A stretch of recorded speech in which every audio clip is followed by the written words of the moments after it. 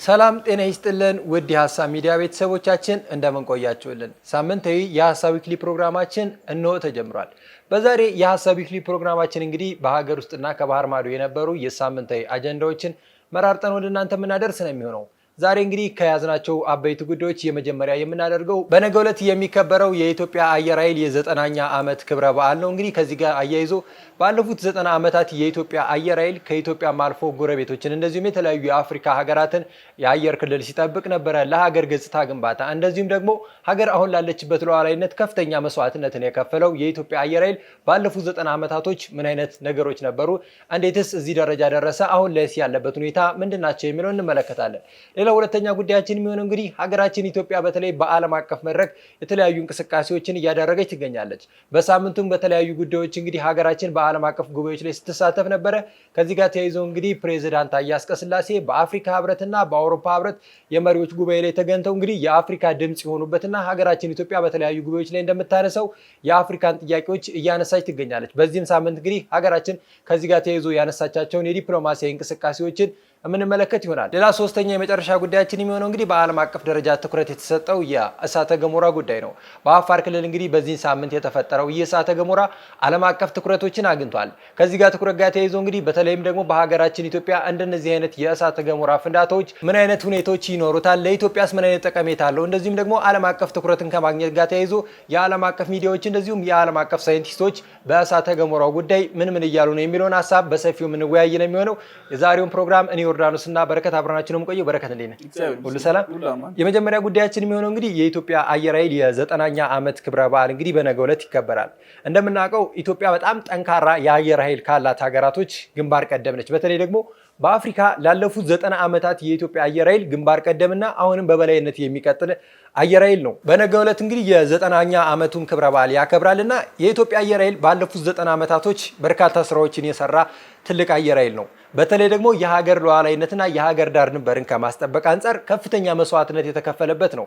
እንደው የኢትዮጵያ አየር ኃይል በረከት አሁን ላለበት ደረጃ የመድረሱ ሁኔታ ስንመለከተው ባለፉት ጊዜያቶች በርካታ ስራዎችን ቢሰሩ የአየር ኃይል የሞተበት ጊዜያቶችን የምናስታውስ ነበረ። በተለይ በቅርብ ጊዜያቶች የደርግ መንግስት ከወደቀ በኋላ የኢትዮጵያ አየር ኃይል ሙሉ ለሙሉ በሚባል ደረጃ ወድቋል። ነገር ግን አሁን ከቅርብ ጊዜ ወዲህ ጠቅላይ ሚኒስትር ዶክተር አብይ አህመድ ወደ ስልጣን ከመጡ በኋላ በተለይ ደግሞ ለኢትዮጵያ አየር ኃይል በአዲስ ሪፎርም እንደገና አፈር ልሶ ተነስቷል። ይሄም አፈር ልሶ መነሳቱ ዋነኛ ጠቀሜታው ለኢትዮጵያና ለኢትዮጵያ ነው። በተለይ ደግሞ አሁን ያለችበት የኢትዮጵያ ቀጠና በጣም ውጥረቱ ከጊዜ ወደ ጊዜ እየተባባሰ መጥቷል። እነዚህ ውጥረቶች ላይ ደግሞ ተጽዕኖ ለማድረስ ወይንም ደግሞ የሀገርን ሉዓላዊነት ለማስጠበቅ ከፍተኛ አቅም ያለው አየር ኃይል ያስፈልጋልና የኢትዮጵያ አየር ኃይል ከሪፎርሙ በኋላ በርካታ ስራዎች ተሰርተዋል። ነገር ግን ባለፉት ጊዜያቶች የኢትዮጵያን አየር ኃይል ለማክሸፍ እና እንደዚሁም የኢትዮጵያ አየር ኃይል ለማጥፋት በርካታ ስራዎች ሲሰሩ ነበረ። እነዚህ ስራዎች እንግዲህ ሀገር ከዓለም እኩል እንድትራመድ በጣም ትልቅ እንከን ሲሆንባት ነበረ። እነዚህን እንከኖች ትተን አሁን ላይ ደግሞ ሀገራችን ኢትዮጵያ በትልቁ የአየር ኃይሏን አዘምናለች። የኢትዮጵያ አየር ኃይል እንደምናውቀው እንግዲህ የኢትዮጵያን የአየር ክልል ብቻ አልነበረም ሲጠብቅ የነበረው። ለበርካታ ጊዜያቶች የጎረቤት ሀገራቶችን የአየር ክልል ሲጠብቅ ነበረ። አየር ኃይላችን አሁን ላይ ደግሞ የደረሰበት ትልልቅ ዘመናዊ የሚባለው ቴክኖሎጂዎችን የታጠቀና በዓለም አቀፍ ደረጃ ተወዳዳሪ ነው። እንደምናውቀው አሁን የዓለም ጦርነት በረከት ሙሉ ለሙሉ በሚባል ደረጃ ወደ አየር ሆኗል። ኢትዮጵያ አየር ኃይሏን አዘምናለች። በተለይ ደግሞ አሁን ዓለም አቀፍ የሚባሉ ትልልቅ ቴክኖሎጂ የታጠቁ ተዋጊ ጀቶች አሏት። እንደ ሚግ 23፣ ሱ 27 እና ሱ 30 የመሳሰሉ ትልልቅ ዓለም አቀፍ ጀቶች አሏት። እነዚህ ጀቶች እንግዲህ በአፍሪካ ደረጃ እንኳን ስንመለከታቸው በጣም ጥቂት ሀገራቶች ነው ያላቸውና ሀገራችን ኢትዮጵያ በአፍሪካ ሀያል የነበረች ስመገናና የነበረ አየር ኃይል ያላት የነበረች ሀገር ነበረች።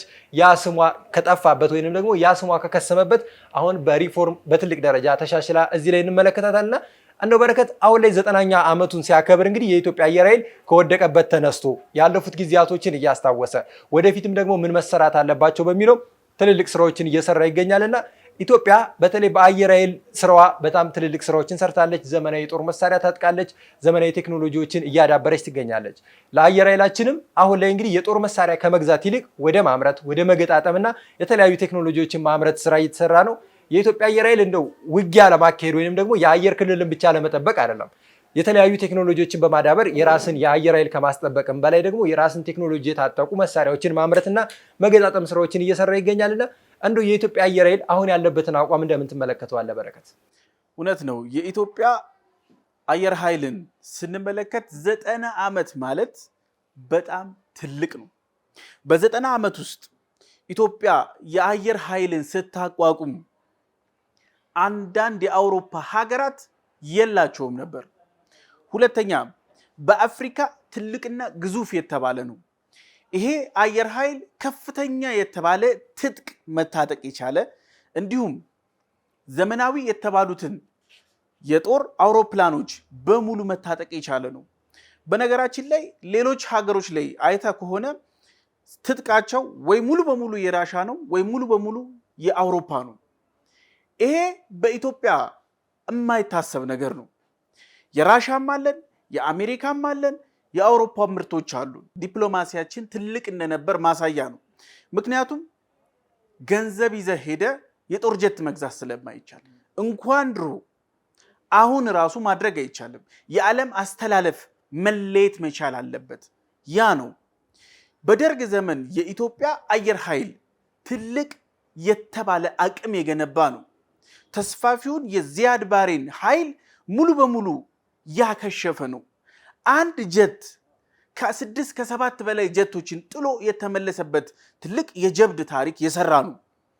ይሄ አየር ኃይልን ስንመለከት ኢትዮጵያ ከሚኒሊክ ጊዜ ጀምሮ በእነዚህ ቴክኖሎጂዎችን በማላመድ ላይ ነው የተጠመደችው። ፀሐይን ብንመለከት እንኳን አድዋ ድልድይ ሙዚየም ውስጥ እንኳን የተቀመጠችውን ብንመለከት ታሪካችን ሲመዘዝ በጣም ብዙ ዓመት እንደሆነ የሚያሳይ ነው። ኢትዮጵያ እነዚህን የፕሌን እቃዎች እንኳን ወደ ሀገሯ ስታስመጣ በግመልና በአጋሰስ አስጭና ነበር ስታመጣ የነበረው። ተነቃቅሎ ነበር እዚህ ነበር የሚገጣጠመው።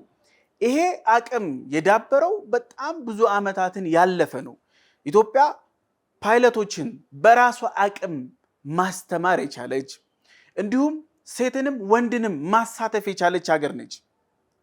ይሄንን የትልቅ የተባለውን የኢትዮጵያ አየር ኃይልን ስንመለከት ይፍረስ ይውደቅ አያስፈልገንም፣ ልክ እንደ ባህር ኃይሉ እናፍርሰው፣ ምንም ጥቅም የለውም የተባለ ነበረ። ይሄ ታውጆበት የነበረ ነው። እነ ሜቴክን የመሰሉ ትልልቅ ግን ትንሽ የሆኑ ድርጅቶችን ስንመለከት ይህንን አየር ኃይል ምርጥ የተባሉትን በራሪዎቹን ተሳቢ አድርገው ያስቀሯቸው ናቸው። ይሄ ተንኮል የተሰራበት ግፍ የተሰራበት ከሪፎርም በኋላ በአዲስ መልክ የተመለከትነው ነው። አሁን ላይ ስንመለከተው የዚህን አየር ኃይል እንቅስቃሴ ኢትዮጵያ አዳዲስ የተባሉ የመለማመጃ እንዲሁም የተዋጊ ጀቶችንም ሄሊኮፕተሮችንም ጭምር ይዛለች። የበፊቶቹን ደግሞ አዳዲሶቹን ቴክኖሎጂዎችም እያላበሰች ነው የሚገኘው። ይህ ማለት ኦቨርሆል ከማድረግ ጀምሮ ኢቭን የዚህ አየር ኃይል ትልምን ስንመለከተው ግዙፍ ነው። ለአፍሪካ የመድረስ ገጣጥሞ የመሸጥ ራሱን መቻል፣ ይሄ ነው ቪዥኑ ላይ ሚሽኑ ላይ እየተመለከትን ያለ ነው። ይህ ማለት ትልቅ ነው። ቅድም አንተ ጠቅሰው ነበረ ለአፍሪካም የተረፈ ነበረ። በነገራችን ላይ የሌሎች አፍሪካ ሀገራት አሁን ላይ ያሉ ሁላ እንኳን የሌሎች ሀገሮች ሄደው ሊተርፉ ይቅርና የራሳቸውን አየር ኃይል በብቃት መሸፈን አይችሉም። ይሄ አየር ኃይል በጥብቅ ዲሲፕሊን ሲመራ የነበረ እንዲሁም ብዙ ተግዳሮቶችን ያለፈ እስካሁን ድረስ ከአየር ላለመውረድ የታገለ ነው። አሁን ላይ ስንመለከተው የዚህን አየር ኃይል እንቅስቃሴ ዘመኑን እየዋጀ ነው። መነሻና ምልክቶቹን እንመልከት። አፍሮ ኤሮን እንዲሁም ስካይ ዊንግን ስንመለከት እነዚህ በድሮን አጥፍቶ ጠፊ ሰርቬላንስ ማድረግ የሚችሉ እነዚህን አይነት ድሮኖች መግዛት ከባድ ነበር። ኢትዮጵያ እያመረተች ነው። ለራሷ አልፎ ለአፍሪካም ለዓለምም ሊጠቅም በሚችልበት ለሀገር ገቢ ሊያስገባ የሚችልበት ደረጃ ላይ ደርሷል። ይሄ ማለት አየር ኃይላችን ስማርት ሆኗል። ከዚህ ቀደም አየር ኃይል ከቀን ውጪ በማታ አይዋጋም ነበር። በማታ የት ጋር እንዳለ እራሱን እንኳን ማንሳትና ማሳረፍ አይችልም ነበር። አሁን ላይ ከሪፎርም በኋላ ነው አየር ኃይል በቀን በማታ በተለያዩ ኢንቫይረንመንቶች ላይ ግዳጁን መወጣት የቻለው። ይሄ ትልቅ ትዕምርታዊ የሚባል ለውጥ ነው። እንዲሁም ኢትዮጵያ ውስጥ አይታሰብም የተባለው አንድ እንቅስቃሴ ነበር። ሁሌም አንድ ጀት ችግር ያጋጥመዋል፣ ይፈታል፣ በዛው ተፈቶ ይቀራል። ይሄ ነው አየር ኃይል ውስጥ ሲያጋጥም የነበረው። አሁን ላይ አፕዴት ማድረግ፣ ኦቨርሆል ማድረግ፣ ኢንጂን መቀየር እንዲሁም አንዳንዶቹን ፓርቶች ሞዲፋይ ኩላ በመስራት ወደ ኃይል የማቀላቀል ስራ እየተሰራ ነው። አየር ኃይል ምናልባትም በዚህ አካሄዱ ከሄደ ከ5-10 ዓመታት በኋላ በአፍሪካው ትልቅ የተባለ አየር ኃይል ይሆናል። አየር ኃይላችን አሁን የሚሄድበት መንገድ በጣም ፈጣን የሆነና ደግሞ ለቴክኖሎጂ በጣም ቅርብ የሆነ ነው። ቅድም እንዳነሳው እንግዲህ በተለይ ደግሞ በርካታ የአየር ላይ ተዋጊ ጀቶች እንደዚሁም ደግሞ ሄሊኮፕተሮችም ሊሆን ይችላል በርካታ ጊዜያቶች ኢትዮጵያ ውስጥ የመገጣጠም እድላቸው በጣም የጠበበ ነበር። አሁን ከሪፎርሙ በኋላ በርካታ ስራዎች ተሰርተው በሀገር እውቀት እንዲሰሩ የተደረገበት መንገድ አለ። እነዚህ ስራዎች ደግሞ ሌሎች አዳዲስ ቴክኖሎጂዎችን ደግሞ እንድንላበስ፣ እንድንዘምን፣ ከቀሪው ዓለም እኩል እንድንራመድ ያደርገናልና ከአፍሪካ ሀያል የነበረ አየር ኃይል የወደቀበት መንገድ ተገቢ አልነበረም። አሁን ላይ ግን ጥሩ በሚባል ደረጃ ተነስቷል። ለአፍሪካም ለቀጠናውም ደግሞ ትልቅ ተስፋ የሚሰጥ አየር ኃይል ነው። እንደምናውቀው ቀጠናው ቅድም እንዳነሳውልህ ውጥረት የበዛው ነው። ነገር ግን ይህንን ውጥረት ደግሞ ለመቋቋም ጠንካራ ወታደራዊ ኃይል ያስፈልጋል። ጠንካራ ወታደራዊ ማለት ደግሞ አንዱ አየር ኃይል ነው። ከወታደራዊ ኃይል ልናካትተው የምንችለውና የኢትዮጵያ አየር ኃይል በጣም ትልልቅ የሚባሉ በጣም ዘመናዊ ዓለም ላይ አሉ የሚባሉ በቁጥር ደረጃ የሚጠቀሱ ተዋጊ ጀቶች አሉት፣ ድሮኖች አሉት። አሁን ላይ ራሳችን እያመረትን ነው፣ ራሳችን እየገጣጠምን ነውና የኢትዮጵያ አየር ኃይል ቀጣይ ተስፋው በጣም ትልቅ የሚባል ነው። ባለፉት 90 ዓመታቶች በርካታ ችግሮች ነበሩበት። እነዛን ችግሮች አልፎ የመጣበት መንገድ ትልቅ ደረጃ የሚያደርስ ነውና የኢትዮጵያ አየር ኃይል እንግዲህ በነገው ዕለት የ90ኛ ዓመቱ ክብረ በዓል ይከበራል። ከዚህ ጋር ተያይዞ እንግዲህ የተለያዩ ትርኢቶችና የተለያዩ ፕሮግራሞች ይኖራሉ። በቀጣይ ቀን እንግዲህ በእነዚህ አይነት ፕሮግራሞች ላይ ምን ነበሩ የሚለውን እናነሳለን። በረከት ከመሸጋገሪያ በኋላ ስንመለስ ወደ ቀጣይ ጉዳያችን የምንሻገር ይሆናል። ተመልሰን መጥተናል ተመልካቾቻችን። በረከት እንግዲህ ሁለተኛ ጉዳያችን የሚሆነው ሀገራችን ኢትዮጵያ በተለይ በዚህ ሳምንት ከፍተኛ የሚባል የዲፕሎማሲያዊ እንቅስቃሴ አድርጋለችና የኢትዮጵያ የዲፕሎማሲያዊ እንቅስቃሴ ከጊዜ ወደ ጊዜ ማደጉ በተለይ ደግሞ በዓለም አቀፍ ደረጃ ተቀባይነትና ተሰሚነት ማግኘቷ ከጊዜ ወደ ጊዜ እየጨመረ መጥቷል። በተለይ ደግሞ በዲፕሎማሲያዊ እንቅስቃሴዎች ላይ በሚካሄድ መንገድ የኢትዮጵያ መንግስትም ትልልቅ እንቅስቃሴዎችና ትልልቅ ስራዎችን ስለሰራ ነው። በዚህ ሳምንት በተለይ ደግሞ ዓለም አቀፍ የሚባሉ እንደ አሜሪካ፣ ፈረንሳይ ያሉ ትልልቅ ወታደራዊ ጀነራሎች ወደ ሀገራችን ኢትዮጵያ መምጣት ከጠቅላይ ሚኒስትር ዶክተር አብይ አህመድ እንደዚሁም ደግሞ ከፊልድ ማርሻል ብርሃኑ ጁላ ጋር ከተለያዩ ወታደራዊ አመራሮች ጋር ሰፊ ውይይት አድርጓል። ይህም የዲፕሎማሲ ትልቅ እንቅስቃሴና ትልቅ አቅማችንን ያሳየንበት ነው። እንቅስቃሴዎችን ማድረግ ይፈልጋሉ፣ ግን ሲያደርጉ አንመለከትም። አሁን ላይ ይሄ ለኢትዮጵያ ትልቅ እምርታና ትልቅ እድገትን የሚያሳይበት ሁኔታ እንመለከታለን። እነዚህ ሁለት ጀነራሎች እንግዲህ በተለይ ከኢትዮጵያ መንግስት ጋር በወታደራዊ አቅም እንደዚሁም ደግሞ በጦር መሳሪያ እንቅስቃሴዎችንና ደግሞ ቀጠናው ላይ ባለው እንቅስቃሴ በጋራ ለመስራት ሰፊ ውይይቶችንና ስምምነቶችን አድርገዋል። ይሄ ለኢትዮጵያ ትልቅ አቅም ነው። በተለይ ደግሞ ለአፍሪካም ትልልቅ አቅም ነው። ምክንያቱም እንደ አሜሪካ እንደ ፈረንሳይ ያለ በወታደራዊ አቅም ትልልቅ አቅም ያላቸው ሀገራቶች አፍሪካ ውስጥ መጥተው ከአፍሪካ ጋር የዲፕሎማሲያዊ እንቅስቃሴ ማድረግ ማለት ከኢትዮጵያም አልፎ ለአፍሪካ ትልቅ እምርታ ነው። ሀገራችን ኢትዮጵያ በተለያዩ ጊዜያቶች ለአፍሪካ ድምፅ እየሆነች ነው የምንለው እነዚህ ስራዎች ነው። እንደው በዋነኝነት የምናነሳው አሁን ያለንበት ቀጠና ደግሞ በተለይ ደግሞ ይሄ ቀጠና በጣም ተፈላጊነቱንና ደግሞ ከጊዜ ወደ ጊዜ ቦታውን ለማግኘት ትልልቅ ዓለም ሀገራቶች ሽኩቻ እያደረጉ ይገኛሉ። ቀጠናው ላይ ስትመጣ በተለይ ቀይ ባህር ላይ የተለያዩ አፍሪካ ሀገራቶችን ታገኛለህ። እነዚህም ሀገራቶች ጋር አብረ መስራት ትችላለህ። ነገር ግን እንደ ኢትዮጵያ በጣም ጠንካራና ደግሞ በጣም ሀያል መንግስት ለማግኘት በቀጠናው ላይ ትቸገራለህና ኢትዮጵያም ላይ መጥተው እንደዚህ አይነት ስራዎችን የሚሰሩት የቀጠናው ሀያል ሀገር ከመሆኑ አንጻር ነው። እነዚህ ስራዎች የተሰሩበት መንገድ ደግሞ ተገቢና ኢትዮጵያን እድገት ከፍ የሚያደርግ ነው። ሌላው የመከላከያ ሚኒስትሯ ኢንጂነር አይሻ መሐመድ እንግዲህ ወደ ኳታር በማቅናት ከኳታሩ የምክትል ጠቅላይ ሚኒስትርና መከላከያ ሚኒስትር ጋር ሰፊ ውይይት አድርገዋል። እነዚህም ውይይቶች በመከላከያ ዘርፍ በጋራ በትብብር ለመስራት በጋራ የተለያዩ እንቅስቃሴዎችን ለማድረግ ነው። ቀጠናው ላይ የሚፈለጉ እነዚህ አይነት ወታደራዊ እንቅስቃሴዎች የኢትዮጵያን ጥቅም ከፍ ያደርጋሉ። የቀጠናውን ሰላምና መረጋጋትን ማምጣት ይቻላል። እነዚህ ስራዎች ደግሞ ለኢትዮጵያ ትልቅ እድገትን የሚያሳይ ነውና የኢትዮጵያ የዲፕሎማሲያዊ እንቅስቃሴ እየሄደበት ያለው ትልቅ ምርታ ነው። በዚህ ሳምንት በትልቁ ደግሞ የምናነሳው በተለይ ደግሞ ፕሬዚዳንት ታዬ አጽቀሥላሴ በአፍሪካ ህብረትና በአውሮፓ ህብረት የመሪዎች ጉባኤ ላይ የአፍሪካ ድምፅ የሆኑበት የአፍሪካን የተለያዩ ጥያቄዎችን ያነሱበት በተለይ የዓለም ሀገራቶች ለአፍሪካ የሚሰጡት ትኩረት በጣም እየወረደና እያነሰ ከመምጣቱ ጋር ተያይዞ አፍሪካ በጸጥታው ምክር ቤት እንኳን ወንበር ማግኘት አለባት የሚለውን ጥያቄ ያነሳንበት ነው።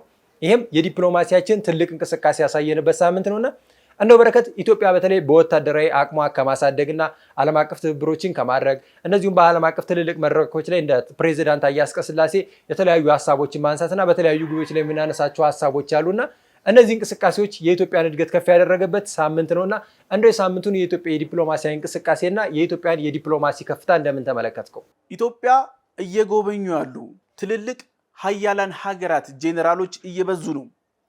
ይሄን ነገር ስንመለከተው ጠቅላይ ሚኒስትር አብይ አህመድ ተቀብለውም አነጋግሯል። በጽህፈት ቤታቸው ላይ ንግግራቸው ውስጥ አንደኛው የሰላምና ደህንነትን ጉዳይ ነው ያነሱት። ሁለተኛ ቀጠናዊ ጉዳዮችን ተባብሮ ተሳስሮ መስራት ላይ ነው ትኩረት አድርገው እየተነጋገሩ ያሉት። እነዚህ ነገሮች ስንመለከት በሁለት እንመልከተው። የመጀመሪያው የኢትዮጵያን የባህር በር ፍላጎት እውቅና እየሰጡ ነው እነዚህ አካላቶች ያሉት። ይህ ማለት በኤደን ባህረ ሰላጤና በባብል አልመንደብ መግቢያ ላይ የምንመለከተው የሲኪዩሪቲ ችግር ከቀን ወደ ቀን እየተባባሰ ነው ያለው። ሁለተኛው ከዚህ ከባብል መንደብ እስከ ሲዩስ ድረስ ያለው መሃል ላይ የሚገኘው ግዙፉና ሰፊው ቀይ ባህር ከፍተኛ የችግርና የስጋት ምንጭ ሆኗል። ይሄንን ነገር ብቻቸውን ማሳካት አይችሉም። ትልልቅ የአሜሪካን የጦር መርከብ ተሸካሚ ባህር ሰርጓጆች አላቸው። ግን ይሄ ሁሉ ነገር ይዘው እያንዳንዱ መርከብ ሰኪዩርሊ ማድረግ አልቻሉም። ምክንያቱም እዚህ ቦታ ላይ ከ15% በላይ የሚሆን የዓለም አቀፍ ንግድ ይከናወንበታል።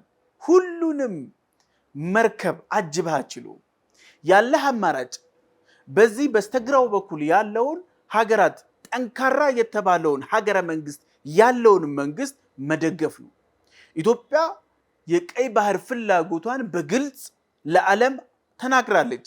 ስለዚህ ከዚህ ቀደም የነበረውን ዝነኛውን የባህር ኃይሏን ከኮንትሮባንድ እስከ ሽብርተኝነት የአጋዥ ታጋዥ ድራማን ታሪክ ያደረገውን እሱን ወደ ቦታው መመለስ አማራጩ የግዴታ ስለሆነ ነው። ለዛ ነው ወታደራዊ ትብብር ላይ ትኩረት ተሰጥቶ እየተሰራ ያለው። ሁለተኛው በዚህ በሆርን ኦፍ አፍሪካ በኩል ስንመለከት ሆርኑ ላይ ከፍተኛ የሽብር እንቅስቃሴ አለ። ለዚህ አንድ ማሳያን እንመልከት። አሜሪካ በሶማሊያ ላይ እነ አልሻባብን፣ አይኤስአይኤስን፣ አልቃይዳን ለመዋጋት ገብታ ነበር። ባላት የአሜሪካ ታሪክ ውስጥ የጦርነት ታሪክ ውስጥ አሳፋሪ የሚባለው ተሸንፋ የሽምቅ ውጊያን ሳትችል ትሩፐሮቿን በሙሉ ለቃቅማ የወጣችበት ነበር። ይሄንን በድል የተወጣው የኢትዮጵያው መከላከያ ነው። ከኢትዮጵያ ድንበር እስከ ሶማሊያ ጫፍ ድረስ አልሻባብን፣ አልቃይዳን፣ አይኤስአይኤስን ጠራርጉ ሰላማዊ ቀጠና ያደረገው። ስለዚህ የዚህ የሆርን ቀጠና ሰላማዊ መሆን ካለበት እዚህ ቀጠና ላይ ትልቅ የተባለ መንግስት ፎርም ያለው ስትራክቸር ያለው የኢትዮጵያ መንግስት ነው። ተባብሮ መስራት የግዴታ ስለሆነ ነው። ለዛ ነው የቀይ ባህር ፍላጎታችንን እውቅና እየሰጡ እንዲሁም በተጓዳኝ በቴክኖሎጂ በትጥቅ እንዲሁም መረጃ በመቀያየር ቀጠናውን ሰላም ለማድረግ እንቅስቃሴ የተጀመረው። በነገራችን ላይ ይሄንን የሚያደርጉት ለራሳቸው ሲሉ ነው። ምክንያቱም የሽብር መፈልፈያ ይሄ ቀጠና ከሆነ ሽብር ቢዝነሱ ሊያደርግ የሚችለው ሺፕን በመያዝ ነው። እያንዳንዱ የንግድ መርከብ መታገት ይጀምራል። ለራሳቸው ሲሉ ነው። ይሄ ለኢትዮጵያ ደግሞ አንድ ትልቅ የተባለ የዲፕሎማሲያዊ ድል ማሳያ እናድርገዋለን። ወደ ሁለተኛና ወደ መጨረሻው ጥያቄ ልሂድ። ኢትዮጵያ በኢዩና እንዲሁም በአውሮፓ ህብረት በኩል ሰፊ የተባለ ንግግሮችን አድርጋለች። የአፍሪካን ድምፅ ነው ያሰማችበት። ይህን ነገር ስንመለከተው ኢትዮጵያ በተባበሩት መንግስታት ላይ ድምጿ እንዲገባ ያስፈልጋል። ኢትዮጵያ የአፍሪካ ህብረት መቀመጫ ሀገር ነች። ኢትዮጵያ አሰባሳቢ የኮሎኒያል ህግን የኮሎኒያልን ማሰሪያ በጣጥሳ የወጣች ሀገር ነች። ነፃነትን ያወጀች ሀገር ነች። እንዲሁም በፍጹም ኮሎናይዝድ ያልተደረገችም ሀገር ጭምር ነች። ለዛ ነው አሁንም በዓለም አቀፍ መድረኮች ላይ ኢኳሊቲ ይነሳ ስትል የነበረው። G20 እንመልከት። G20 ላይ ኢትዮጵያ ስለ ኢኳሊቲ ስታነሳ ነበረ። ዓለም እኩል መሆን አለበት። ለምሳሌ የሲሪል ራማፎሳን አንድ ንግግር ላንሳለ። እሳቸው ምን ብለዋል? እኛ ማንም ቡሪ ሊያደርገን አይገባም። አንዱ ሀገር አንዱን ሀገር ቡሪ ሊያደርገው ሊያስቸግረው ሊያመናጭቀው አይገባም። እኩል ነን ብለው አንስተዋል። ኢትዮጵያ ይሄንን ጥያቄ ነው እኩልነት በወንበርም በወሳኝነትም በኩል ይቀመጥ ስትል የነበረው። ለዛ ነው አፍሪካ ትልቅ ግዙፍ አህጉር ነች። ከካርታዋ ጀምሮ ነው የተሰራው ሴራ፣ ካርታዋን ዲፎርም በማድረግ። በነገራችን ላይ አፍሪካ በካርታዋ ባላት ስፋት ልክ ብትቀመጥ ሌሎቹ ሀገሮች አጫፋሪ እንጂ ሀገር አይመስሉም። ይሄንን ነው ይስተካከል እየተባለ ያለው። በነገራችን ላይ በዓለም አቀፍ ከንግድ ከጦርነት ከሰላም እያንዳንዱ ጂኦፖለቲካሊ ውሳኔ የሚወሰንበት መድረኮች የአፍሪካ ድምፅ ምንም ነው። ይሄ ደግሞ መከበር መቻል አለበት። በነገራችን ላይ አፍሪካ የመጪው ዘመን ፓወር ሃውስ ነች። ጠቅላይ ሚኒስትር አብይ አህመድ እንደተናገሩት ከሆነ አንድ ንግግራቸውን እናውጣ። it is the time። ይሄ ታይሙ ነው። ዓለም ወደ አፍሪካ ፊቱን ሊያዞር ግድ ነው። ከአፍሪካ ጋር መስራት የግድ ነው። ለምሳሌ እነዚህ የአፍሪካ ህብረትና የአውሮፓ ህብረት የሁለቱ ዩኒየኖችን ንግግር ስንመለከት አንድ ንግግር ይወጣል። ይሄ ንግግር በአውሮፓ ህብረት ስፒከሯ በኩል ይወጣ ነው። እንዲህ ብላለች፣ አፍሪካ ሰፊ ሪሶርስ አላት፣ እሱን መጠቀም ለህዝባችን መደላድል እንፍጠርለት። ይሄ መፈጠር የሚችለው በሴኩሪቲ አብረን መቆም ስንችል፣ እንዲሁም አፍሪካ በአፍሪካ ህብረት ሪጂናል ኢንቲግሬሽንን ነፃ የንግድ ቀጠናዎችን እያቋቋመች ነው ሲፌሌ። ስለዚህ እነዚህ ነገሮች አውሮፓ ህብረት በዲጂታላይዜሽን አብሮ በማገዝ ሚቹዋል የሆነ ትብብርን ማምጣት ካልተቻለ ይህ እውን መሆን አይቻልም። በነገራችን ላይ እንደ መደምደሚያ የአውሮፓ ማደግ በአፍሪካ አውሮፓ ትልቅ የወርቅ ሪዘርቭ ስትይዝ አንድም አክቲቭ የሆነ የወርቁ ጉድጓድ ኖሯት አይደለም። የአፍሪካ ወርቅ አፍሪካ ወጣቶቿ ተግዘው ሄደው ነው አውሮፓን የገነቡት። ዛሬም የአውሮፓ ቤቶች እንዲደምቁ ካስፈለገ ኮባልቱም ሊቲየም አየኑም የኤሌክትሪክ መኪኖች መስሪያም ስልክም መስሪያ እያንዳንዱ ግብአት ከአፍሪካ ምድር ነው የሚገኘው። ከአፍሪካ ምድር በረከት ለመቋደስ ትክክለኛና ተገቢውን ሚቹዋል ሪስፔክት አድርጎ መስራት አስፈላጊ ስለሆነ ነው ኢትዮጵያ አጽንኦት ሰጥታ የእኩልነት ጥያቄን እየጠየቀች ያለችው። ይህ የአፍሪካ ጥያቄ ነው። አዎ እንደምናውቀው በተለይ የዓለም ስርዓት አሁን ላይ ስንመለከተው ኢፍትሐዊ ነው። በተለይ አፍሪካን በጣም ያገለለና ለአፍሪካ ተሰሚነት የወረደ ነውና እነዚህ አይነት ጥያቄዎች ደግሞ በራሱ በአፍሪካ ድምፅ መነሳት ካለባቸው ራሳችን አፍሪካኖች ነው ማንሳት ያለብን። ኢትዮጵያም ለዚህ ነው በተለያዩ ጉባኤዎች ላይ በተለያዩ ዓለም አቀፍ ስብሰባዎችም ላይ ጠቅላይ ሚኒስትር ዶክተር አብይ አህመድ፣ ፕሬዚዳንት ታዬ አጽቀሥላሴ፣ የውጭ ጉዳይ ሚኒስትር ዶክተር ጌዲዮን ጢሞቴዎስ፣ የተለያዩ የኢትዮጵያ ዲፕሎማቶች በሄዱበት በእያንዳንዱ የዲፕሎማሲያዊ እንቅስቃሴ ከሀገራዊ ጥያቄ ጎን ለጎን የሚያነሱት የአፍሪካን ጥያቄ ነው። አፍሪካ እየሄደችበት ያለው እድገት ተሰሚነት ሊኖረው ይገባል። አፍሪካ ከዓለም እኩል መራመድ አለበት። የዓለም ስርዓት ኢፍትሐዊ ነው፣ አፍሪካን ያገለለ ነው። እነዚህ ጥያቄዎች ደግሞ በተለያዩ ጊዜያቶች ኢትዮጵያ በዲፕሎማሲያዊ እንቅስቃሴ ነው። በተለይ የዓለም ኢፍትሐዊ ስርዓትነትን ማጥፋት የሚቻለው የዲፕሎማሲያዊ ስራዎችን በመስራት ነው። ኢትዮጵያ አሁን የምታደርጋቸው እያንዳንዱ የዲፕሎማሲያዊ እንቅስቃሴዎች ዛሬ ላይ በዕለቱ ወይንም ቶሎ ጥቅማዊ ነገር ላታገኝበት ትችላለህ። ነገ ከነገ ወዲያ ግን ተሰሚነትህ፣ ተቀባይነትህ፣ የምታገኛቸው ጠቀሜታዎች ከፍ ይላሉና ኢትዮጵያም ለዚህ ነው በተለያዩ ጊዜያቶች እነዚህ አይነት ጥያቄዎችን የምታነሳው በተለያዩ መድረኮች ላይ። በዚህም እንግዲህ በአንጎላ በተካሄደው የአፍሪካ ህብረትና የአውሮፓ ህብረት የመሪዎች ጉባኤ ላይ የዓለም አቀፍ ስርዓት ኢፍትሐዊነት ማብቃት አለበት። ፕሬዚዳንት ታዬ አጽቀሥላሴ እንዳነሱት ከሆነ ኢትዮጵያ ፍትሐዊና አካታች የሆኑ ስራዎችን እየሰራች ትገኛለች። እነዚህም ስራዎችም የተለያዩ የዓለም ሀገራቶች ሊከተሉት ይገባል። አፍሪካ እስከ መቼ ተገላ ትኖራለች ነው። በተለይ ደግሞ የዓለም ስርዓት በአፍሪካ ላይ በፋይናንሻል ዘርፉ ከፍተኛ ተጽዕኖ ያመጣል። በሰላምና ጸጥታ ዙሪያ ከፍተኛ ተጽዕኖ ያመጣል። እንደዚሁም በአየር ንብረት ለውጥ ላይ ከፍተኛ ተጽዕኖ ያመጣል። እነዚህ ሁላ ተጽዕኖዎች አፍሪካ ላይ የደረሱ አፍሪካን ወደኋላ ገሸሽ ማድረግ ተገቢ አይደለም። በተለይ ሰላምና ደህንነት ላይ ስናነሳ እኮ አፍሪካ ውስጥ ለሚደረጉ ለበርካታ ጦርነቶች የአውሮፓ እጅ ያለበት በሌላ መልኩ ተሳትፎ ያደርጋሉ።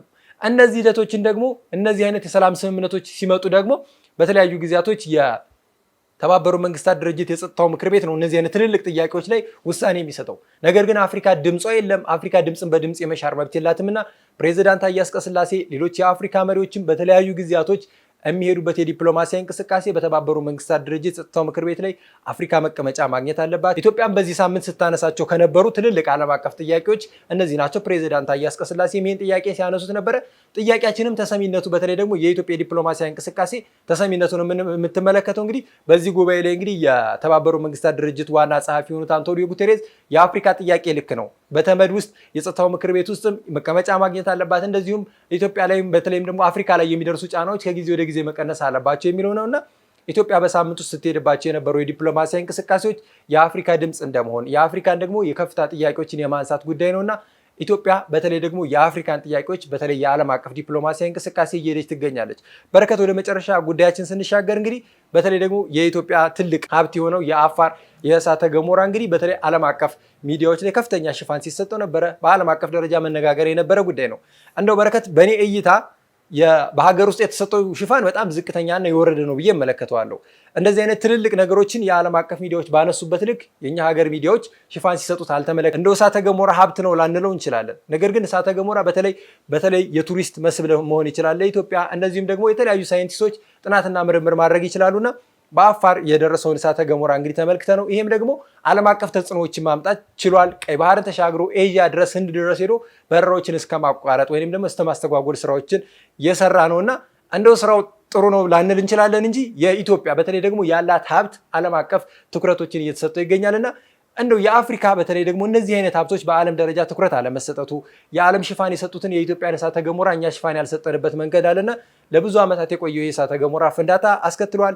ለበርካታ ዓመታቶችም እነዚህ አይነት ነገሮች ይቀጥላሉ ተብሎ ይገመታልና እንደው በረከት የአፋሩን የእሳተ ገሞራና ዓለም አቀፍ ሚዲያዎች የሰጡትን ሽፋን እንደምን ትመለከተው? የአፋር ክልልን የእሳተ ገሞራ ፍንዳታን ስንመለከተው በሁለት እንመልከተው። እዳም ምንዳም ይዞ የመጣ ነው።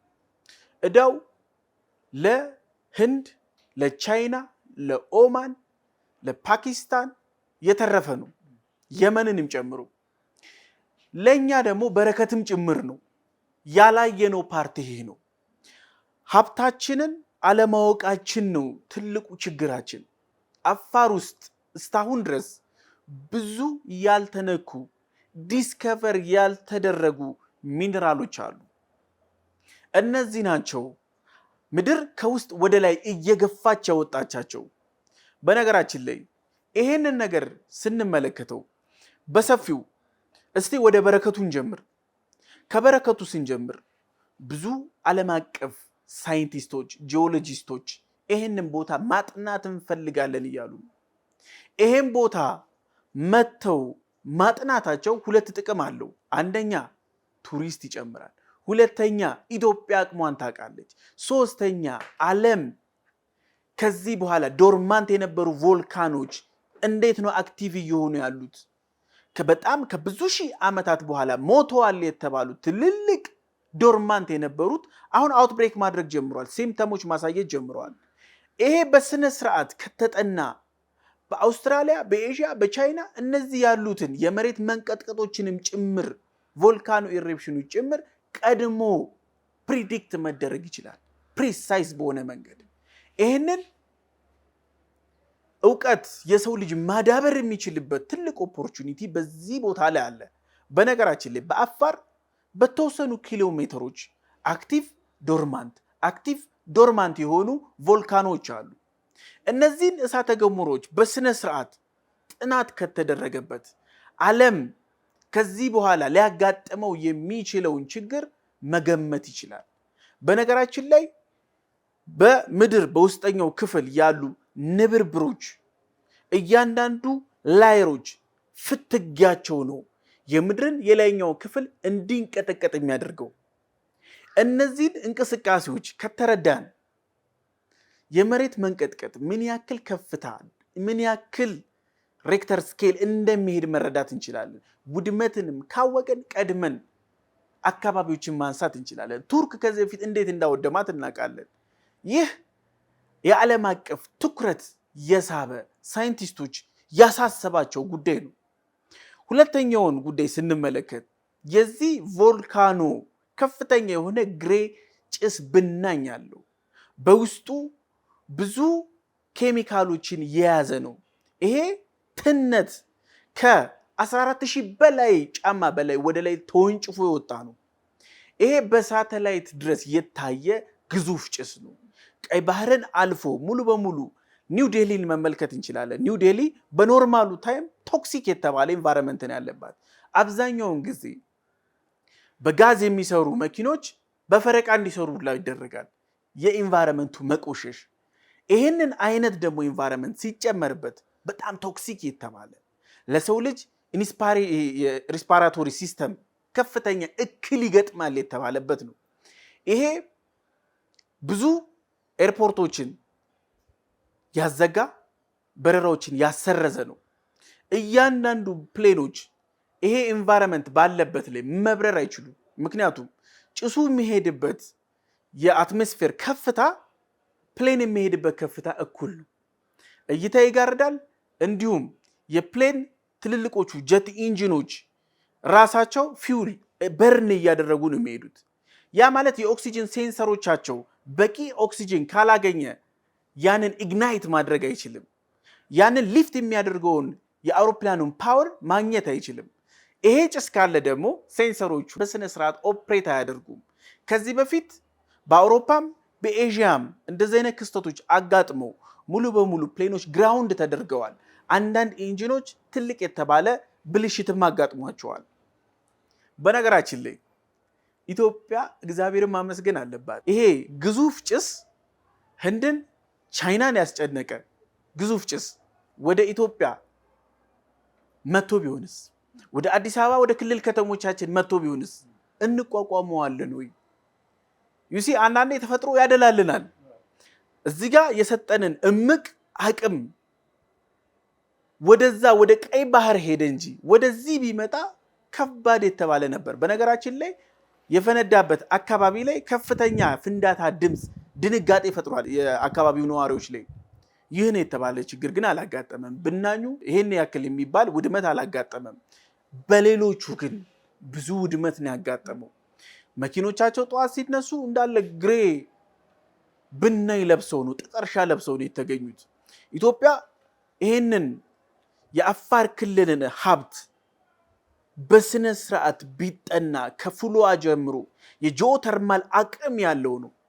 ይሄ ቦታ ብዙ ሚነራሎች አሉት። ከጨው ጀምሮ አቅም ያለው ቦታ ነው።